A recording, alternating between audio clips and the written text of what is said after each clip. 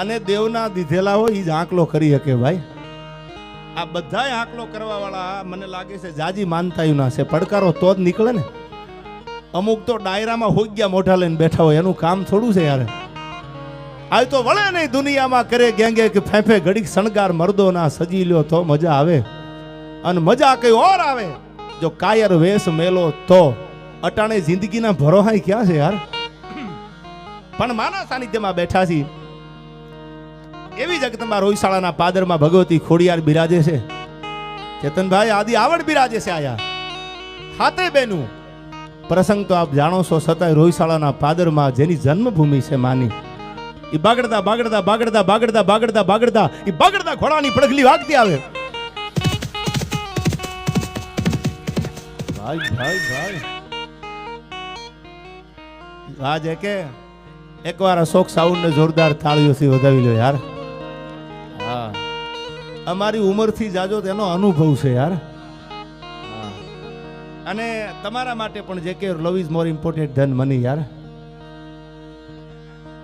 બહુ તમારા ઉપર અમને પ્રેમ છે યાર, બરાબર ને ગુજરાતીમાં? હા, no matter how hard you try in life.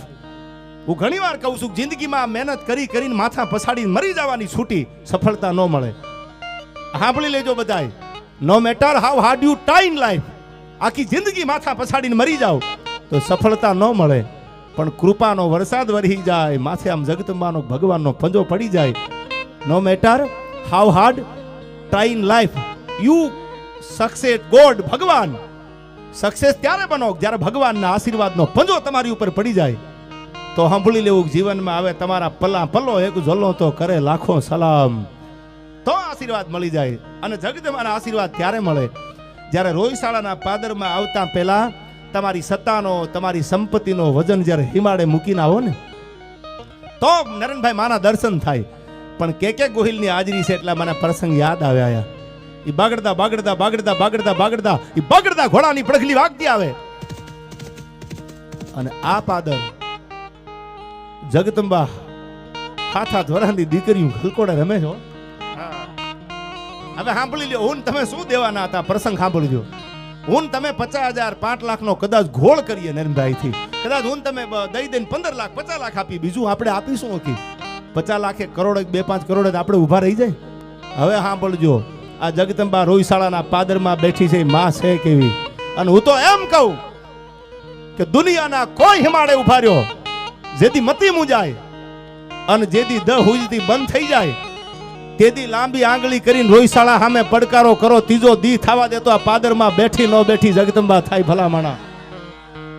અને તેદી એક રાજપૂતાણીએ પોતાના શયનખંડમાં માતાજીના માથા મડી પછાડવા કે જગદંબા એ માં, દુનિયા વાતું કરે છે, હવે મારાથી સહન નથી થાતું માં. એ માં, માથા મડી પછાડવા. શેર માટીની ખોટ છે માં. અને માં દુનિયા વાતું ચડી છે, દુનિયા મેણા મારે છે, મેણું કોઈને મારીએ નહીં, આ તો મેણું માથાનો ઘા.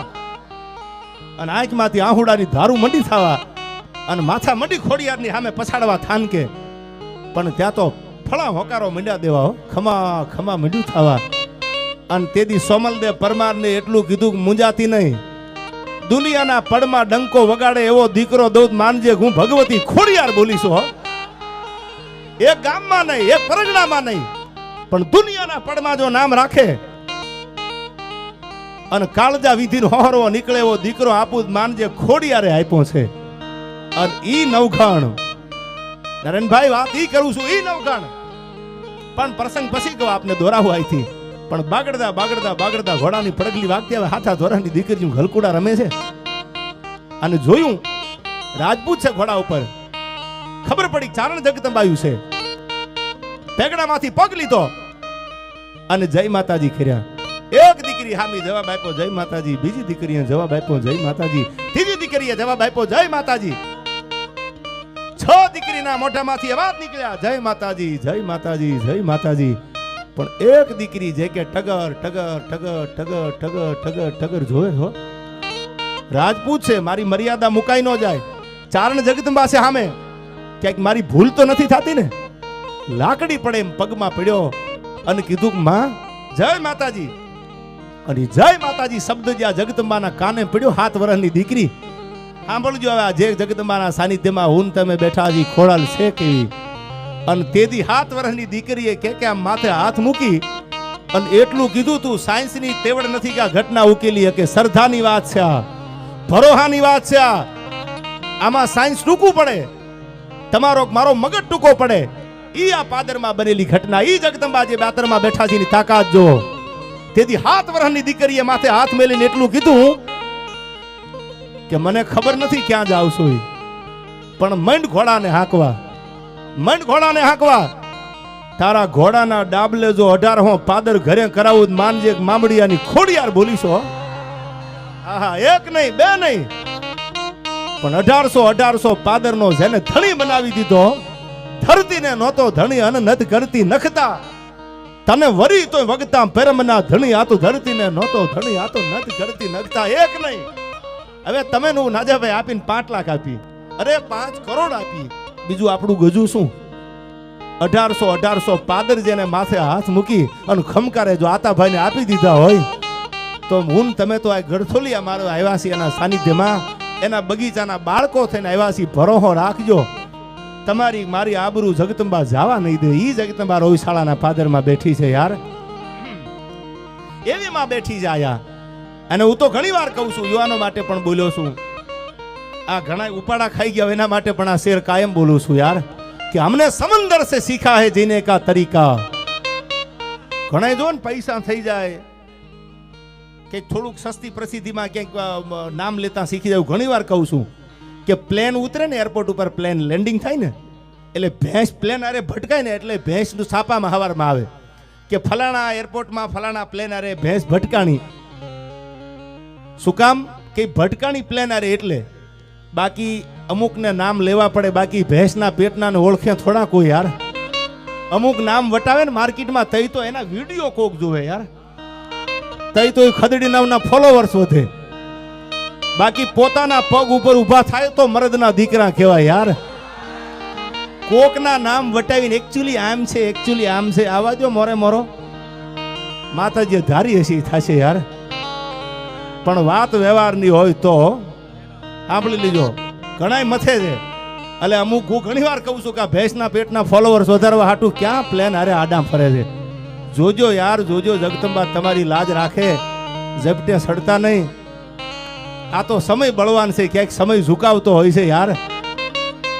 પણ હવે સાંભળજો, हमने समंदर से सीखा है जीने का तरीका, चुपचाप बहना, वक्त आने पे जवाब देना. टाणું આવે ને તેથી ભલકું ભાથામાં રહેને રાઘવને, એ મારે માથામાં સમય આવે ચારણા, આ તો ભલકું ભાથામાં પછી રહેને રાઘવને.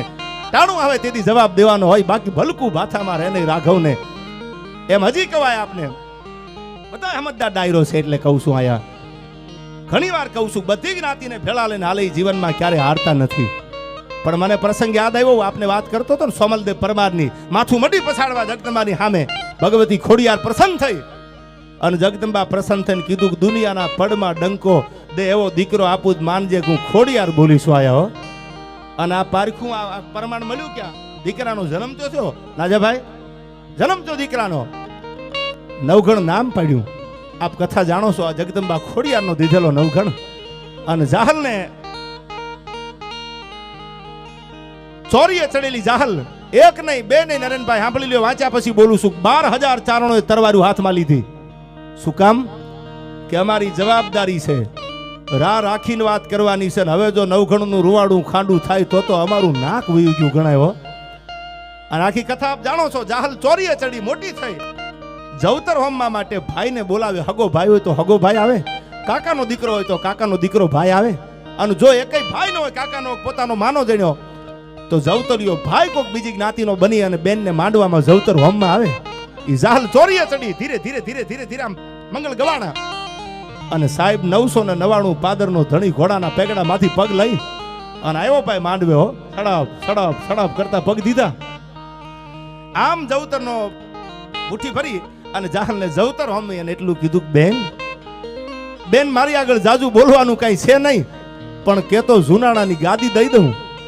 અને બેન આ નવઘણના ચામડાની મોજડી બનાવીને જાહલ તારા પગમાં પહેરાવું ને તો તમારા ઋણમાંથી આ પરિવાર ક્યારે મુક્ત નહીં થાય. બેન માંગી લે, અને તેથી ચોરીએ ચડેલી જાહલે એટલું કીધું એ કે ભાઈ વાત સાચી છે તમારી, મારે જુનાણાની ગાદીએ નથી જોતી, તમારા ચામડાની મોજડીએ નથી જોતી, હું દેવાજ બોદરની દીકરી છું, મારે કાંઈ નથી જોતું. તો ટાણું આવે ને તેથી કાપડું માગીશ, ટાણું આવે વખત આવે તેથી નવઘણ, તેથી વારે આવજે, પણ કાંઈ જોતું નથી. એમ કરીને મીઠાડા લીધા માંડવામાં, જવતર હમી દીધા, લગ્ન ગીત પૂરા થયા, લગ્ન પૂરા થયા. અને આપ જાણો છો કથા, ભારત પાકિસ્તાનના ભાગલા તેથી નહોતા પડ્યા, અખંડ ભારત હતું. અને સિંધમાં જેથી જાહલને રોકી, અન જાહલે